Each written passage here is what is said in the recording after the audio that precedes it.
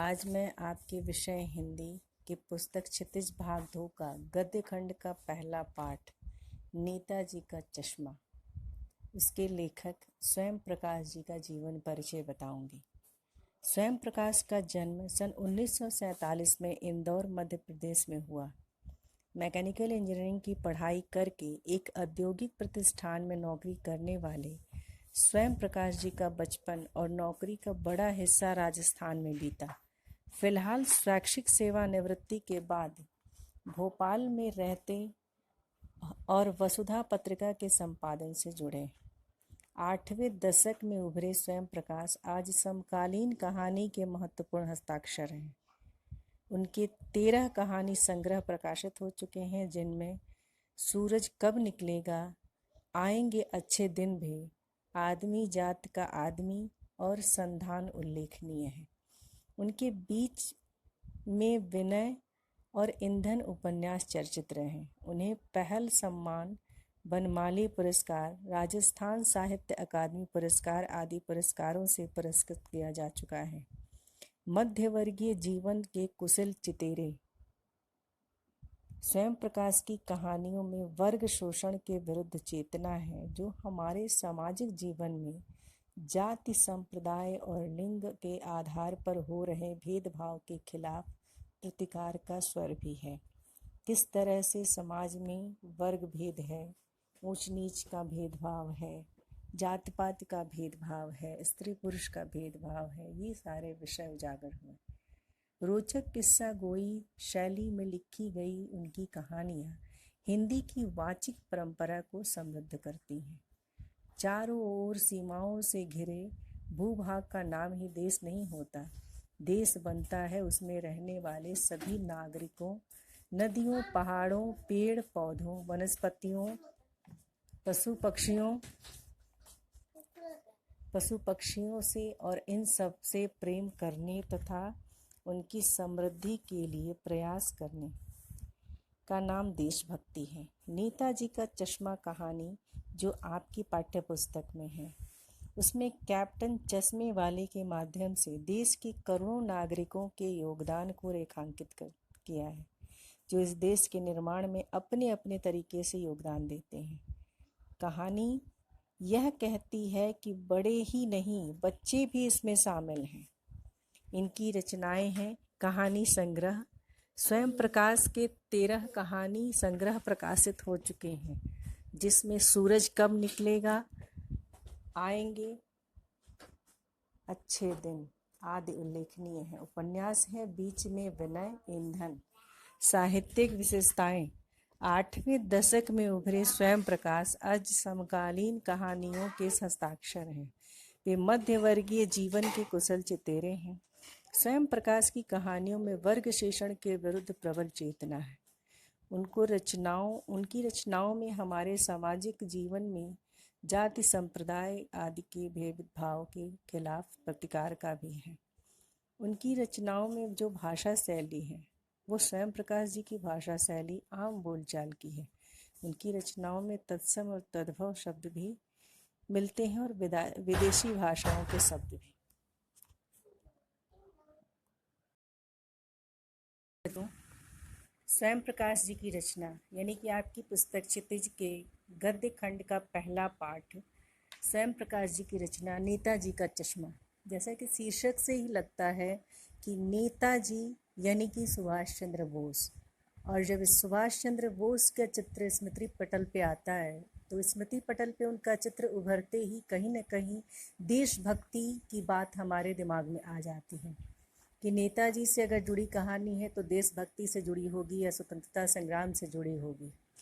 यहाँ नेताजी का चश्मा कहानी के माध्यम से लेखक स्वयं प्रकाश ने एक कैप्टन चश्मे वाले, नेताजी का चश्मा शीर्षक कहानी, जिसमें एक चश्मे वाले की कहानी है जो कि कैप्टन के नाम से संबोधित होता है। इस कैप्टन चश्मे वाले के माध्यम से देश के करोड़ों नागरिकों का देश के प्रति जो योगदान है, जो भक्ति है, उसको रेखांकित करने का प्रयास किया है स्वयं प्रकाश जी ने, जो इस देश के निर्माण में अपने अपने तरीके से योगदान देते हैं। कहानी यह कहती है कि बड़े ही नहीं, बच्चे भी देशभक्ति से ओतप्रोत होते हैं और देश के निर्माण में उनका भी योगदान होता है। तो इस शीर्षक में कहानी जो है वो हालदार साहब है। यहाँ लेखक बताता है कि हालदार साहब इस कहानी के मुख्य पात्र हैं, जो कि एक कंपनी के काम से उस कस्बे से उन्हें रोज़ गुजरना पड़ता है, जिस कस्बे से यह कहानी संबंध रखती है। उस कस्बे में एक लड़कों का स्कूल, एक लड़कियों का स्कूल, सीमेंट का एक छोटा कारखाना, 2 सिनेमा घर और एक नगर पालिका का कार्यालय था। तो ये कहानी जिस क्षेत्र विशेष से संबंधित है उसका पूरा वर्णन यहाँ किया गया है कि कहाँ से वो कैप्टन संबंधित है, किस कस्बे से संबंधित है, जहाँ से लेखक का अक्सर आना जाना होता था। आगे इसका सारांश है। नगर पालिका विकास से कार्रवाई करवाती रहती थी। नगर पालिका के एक प्रशासनिक अधिकारी ने एक चौराहे पर नेताजी की एक संगमरमर की मूर्ति लगवा दी थी। बोर्ड की शासन अवधि समाप्त होने के कारण कस्बे के हाई स्कूल के ड्राइंग मास्टर को ही मूर्ति बनाने का काम सौंपा गया। मास्टर ने महीने भर में मूर्ति बनाने का आश्वासन दिया। वहाँ के एक ड्राइंग टीचर को इस बात का ये काम दिया गया था, ये काम सौंपा गया था कि जो कस्बे का चौराहा है वहाँ वो नेताजी सुभाष चंद्र बोस की एक मूर्ति बनाकर लगा दें। वह संगमरमर की मूर्ति 2 फुट ऊंची थी, जिसे मास्टर ने बनाया था। फौजी वर्दी में नेताजी अत्यंत सुंदर लग रहे थे। इसमें बस एक ही कमी थी जो देखते ही खटकती थी। नेताजी के आंखों पर चश्मा नहीं था। संगमरमर का चश्मा न होने के कारण उसकी जगह एक असली चश्मा पहना दिया गया था। हवलदार साहब को कस्बे वालों की देशभक्ति की भावना बड़ी अच्छी लगी। उन्हें लगा कि इस कस्बे के लोग जो है वो बहुत बड़े देशभक्त हैं, जिन्होंने मूर्ति पर चश्मा न होते हुए एक असली चश्मा पहना दिया है। हालदार साहब दूसरी बार जब वहाँ से गुजरे तो उसने दूसरा चश्मा देखा, तीसरी बार फिर नया चश्मा देखा। इस तरह हालदार साहब को बड़ा आश्चर्य हुआ। उन्हें लगा, इस बात का आश्चर्य होता था कि जब उस कस्बे से वो जिस दिन गुजरते थे वो चश्मा जो है वो नेताजी का बदला हुआ लगता था, यानी कि वो फ्रेम जो थी उनके चश्मे की वो रोज़ बदल दी जाती थी। हालदार साहब ने पान वाले से इस विषय में पूछा। जो कस्बे में उस चौराहे पर एक पान की दुकान थी, जहां अक्सर हालदार साहब पान खाया करते थे। उनकी उत्सुकता, अब वो अपनी उत्सुकता को रोक नहीं पाए। उन्होंने पान वाले से पूछा कि मूर्ति का चश्मा रोज बदल क्यों जाता है। पान वाले ने बताया कि कैप्टन चश्मे वाला चश्मा बदल देता है। वह अपनी दुकान में उपलब्ध चश्मों में से एक नेताजी की मूर्ति पर लगा देता है और उसे नेताजी की बगैर चश्मे वाली मूर्ति आहत करती है। जब किसी ग्राहक को वैसा चश्मा चाहिए तो वह उस चश्मे को उतार लेता है और दूसरा पहना देता है। यानी कि उसकी दुकान पे जो ग्राहक आते हैं उससे चश्मा लेने, अगर उन्हें वही फ्रेम पसंद आ जाता है जो नेताजी की मूर्ति पे है तो वह उन्हें उतार कर दे देता है और दूसरा चश्मा उन्हें पहना देता है। हालदार साहब ने मूर्ति में चश्मा न लगाने का कारण पूछा तो पान वाले ने बताया कि मास्टर चश्मा लगाना भूल गया। यानी कि जिसने मूर्ति बनाया उसने मूर्ति तो पूरी बना दी लेकिन वो चश्मा लगाना भूल गया। हालदार साहब ने सोचा कि मास्टर पत्थर का चश्मा बनाने में के प्रयास में असफल हो गया होगा। अब वो अपने से अंदेशा लगाते हैं कि हो सकता है कि इसी कारण चश्मा न लगा हो। हालदार साहब कैप्टन चश्मे वाले की देशभक्ति से बड़े प्रभावित थे। पान वाले ने उन्हें बताया कि चश्मे वाला कैप्टन लंगड़ा और पागल है। हालदार साहब को लगता था कि कैप्टन नाम से संबोधित चश्मे वाला हो सकता है कि फौज का सिपाही हो। वो पान वाले से कहते हैं कि क्या वो फौजी है, तो वो बताता है कि वो लंगड़ा क्या जाएगा फौज में। तब वो बताता है कि वो लंगड़ा है। पान वाले ने कैप्टन का तिरस्कार किया। इस पर हालदार साहब को इस तरह एक देशभक्त का मजाक उड़ाना अच्छा नहीं लगा। जब पान वाले ने हालदार साहब से कहा कि वह लंगड़ा क्या जाएगा फौज में, पागल है पागल। ये बात, ये इस तरह का तिरस्कार जो उसके प्रति हालदार साहब ने देखा, उन्हें अच्छा नहीं लगा। उन्होंने देखा कि कैप्टन चश्मे वाला व्यक्ति एक बूढ़ा, लंगड़ा तथा कमज़ोर आदमी था। उसके सिर पर गांधी टोपी तथा आंखों पर काला चश्मा था।